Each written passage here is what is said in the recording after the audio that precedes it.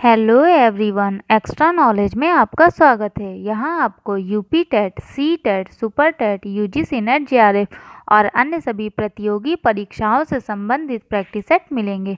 तो आज हम आपके लिए लाए हैं यूजीसी नेट जेआरएफ समाजशास्त्र का प्रैक्टिस सेट नंबर 22। तो आइए शुरू करते हैं। क्वेश्चन नंबर 1, ग्राम पंचायतें लघु गणतंत्र थीं, किसने कहा है? ऑप्शन ए Vinoba Bhave, option B Mahatma Gandhi, option C Jawaharlal Nehru या option D Jayaprakash Narayan.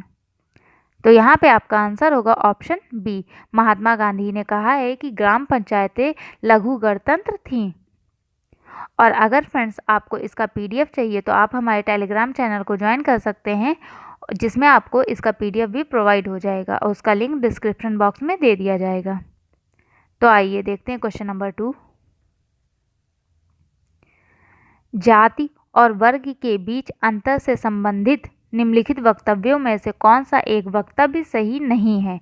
Option A, जाति परंपरागत रूप से बंध प्रकृति की होती है परंतु वर्ग मुक्त प्रकृति का होता है। ऑप्शन बी, जाति की सदस्यता जीवन पर्यंत चलती रहती है परंतु वर्ग की सदस्यता जीवन पर्यंत नहीं चल सकती।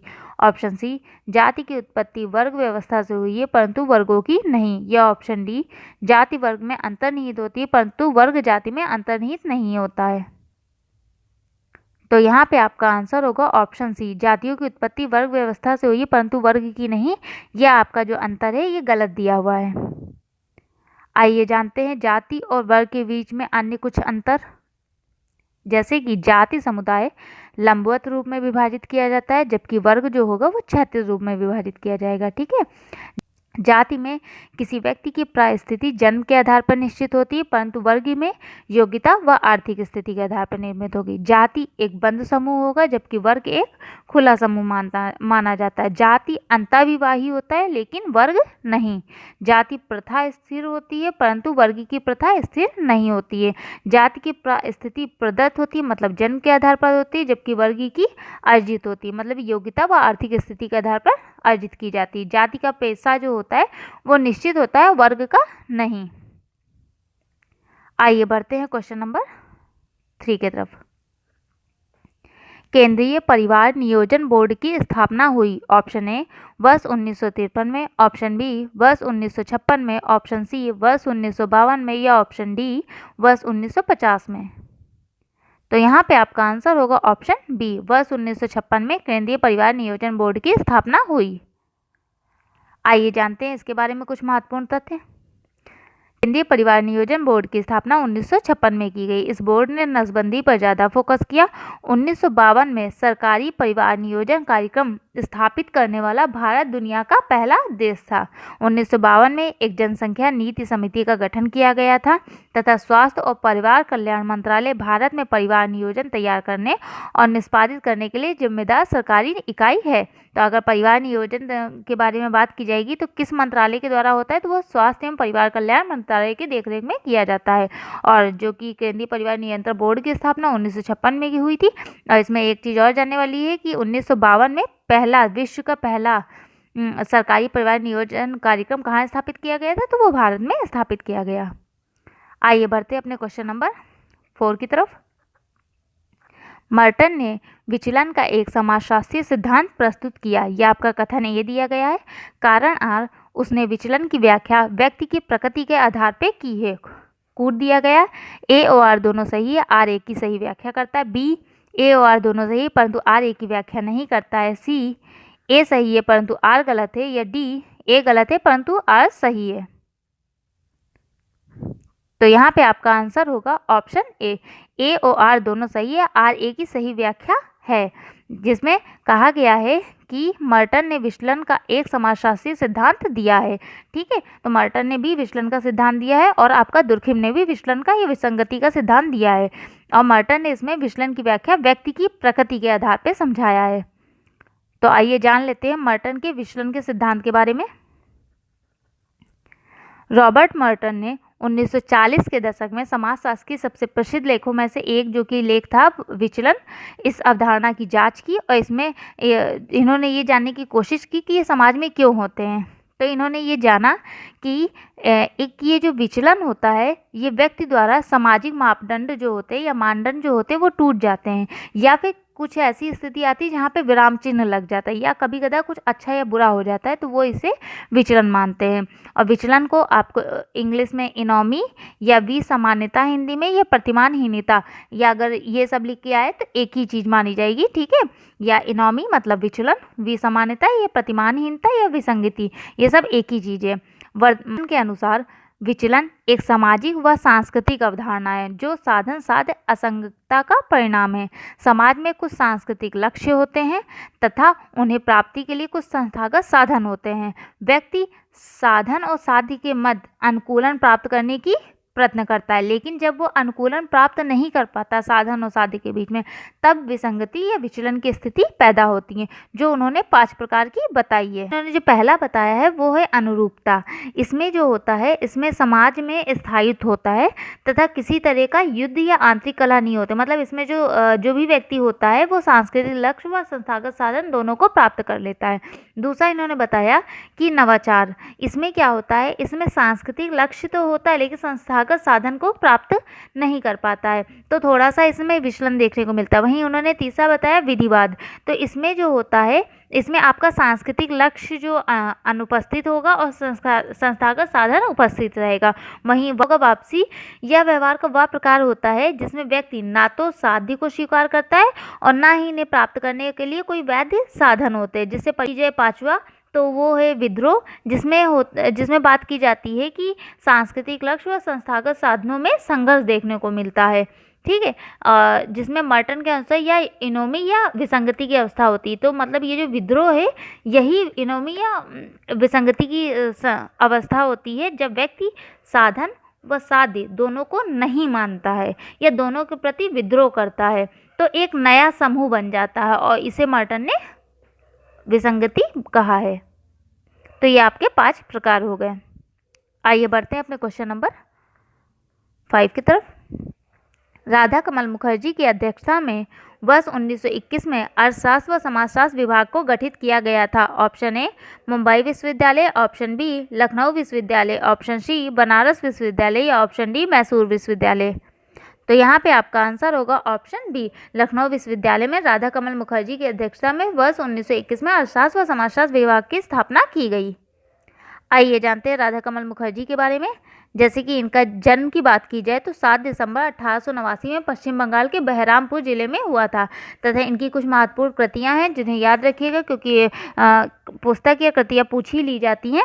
The founder of Indian economics, इनकी पुस्तक का नेम है the principle of cooperative economics, the song of self supreme, the philosophy of man, the horizon of marriage, the Indian scheme of life, mind and sociology, introduction to social psychology and the social structure of value. सबसे महत्वपूर्ण इनकी जो पुस्तक है यह अधिकतर बार पूछी गई है, तो the social structure of value, इसे जरूर याद रखिएगा, जिसमें इन्होंने मूल्य की अवधारणा को दिया है। आइए बढ़ते हैं क्वेश्चन नंबर 6 की तरफ। निम्नलिखित में से कौन सही सुमेलित नहीं है? आंदोलन दिए गए और वर्ष दिए गए। Option A Champaran 1917, option B Kheda 1918, option C Bardoli 1928 या ऑप्शन डी मोपला 1922। तो यहाँ पे आपका आंसर होगा ऑप्शन डी, मोपला 1922 ना होकर के 1921 में हुआ था।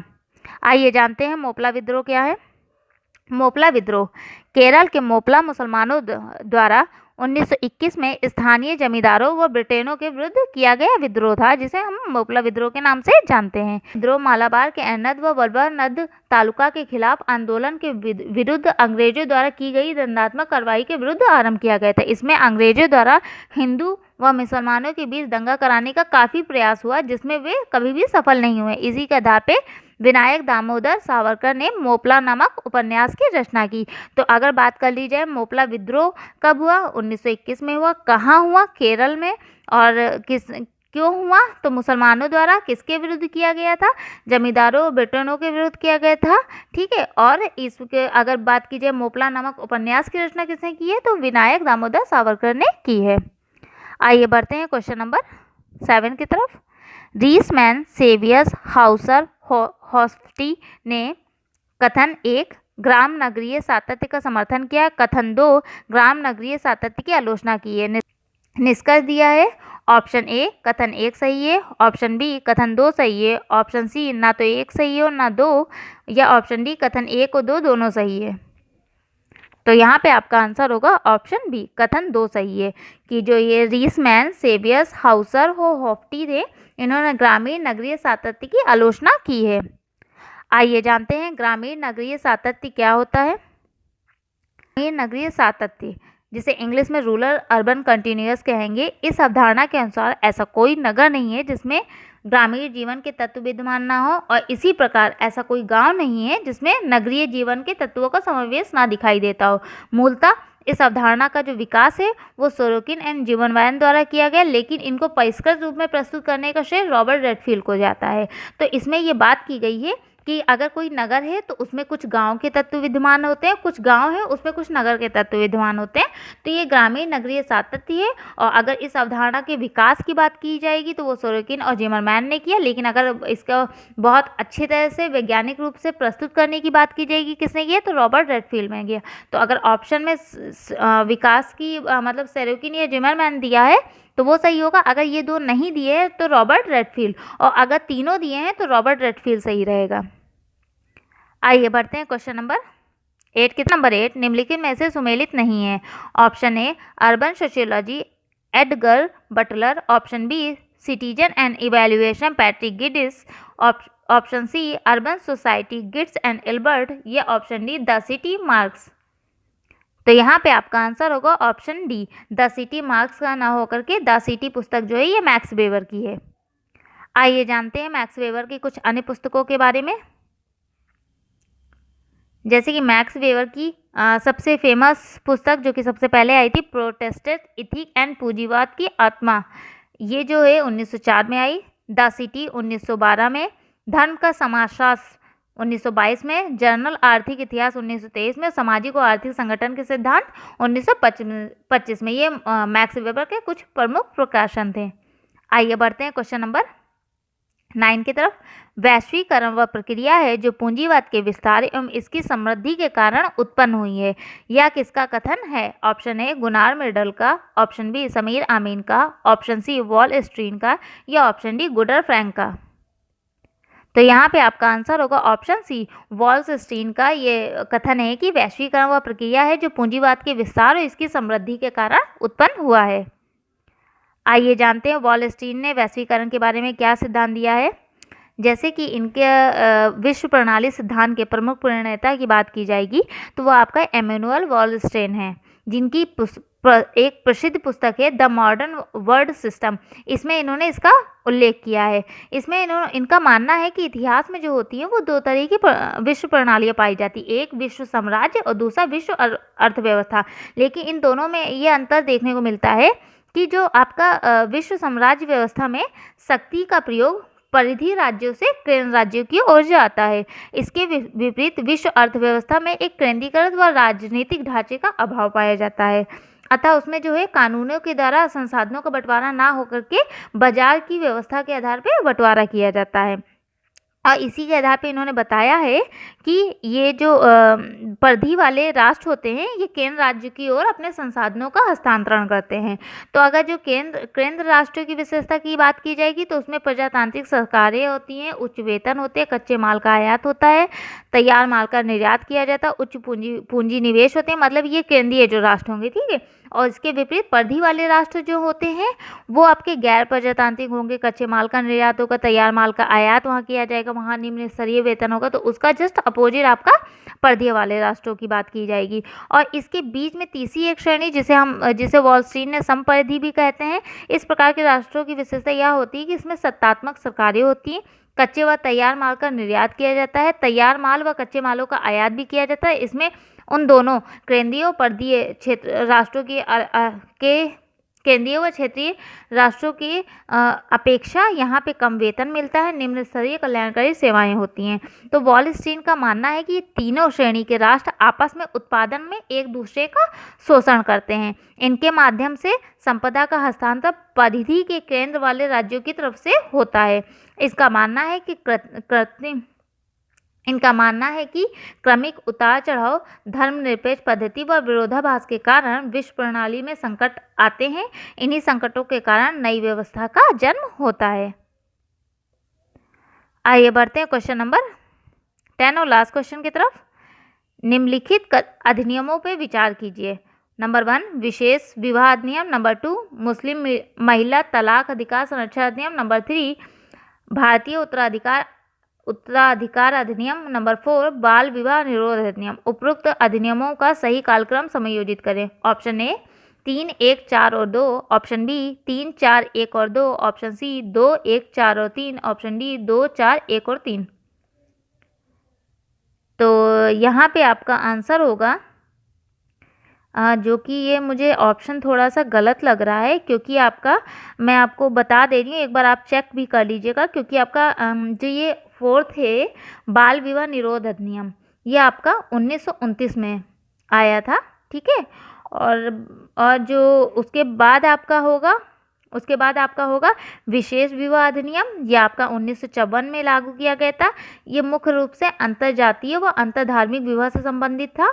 ठीक है, उसके बाद आपका आएगा भारतीय उत्तराधिकार अधिनियम जो कि 1956 में, और फिर सबसे लास्ट में आएगा मुस्लिम महिला तलाक अधिकार संरक्षण अधिनियम जो कि आपका 1986 में आया था, मुस्लिम महिला अधिकारों की रक्षा करने के लिए। ठीक है, तो मेरे हिसाब से ये आई थिंक सो ये ऑप्शंस गलत दिए गए हैं। तो मेरे हिसाब से 4 होगा पहले, फिर 1 होगा, फिर 3 होगा एंड फिर 2 होगा। ठीक है, एक बार आप इसे चेक कर लीजिएगा। आई होप आपको हमारे द्वारा लाए हुए क्वेश्चंस और उसकी व्याख्या पसंद आ रही होगी। तो प्लीज़ लाइक करें, सब्सक्राइब करें, शेयर करें and thank you for watching my channel.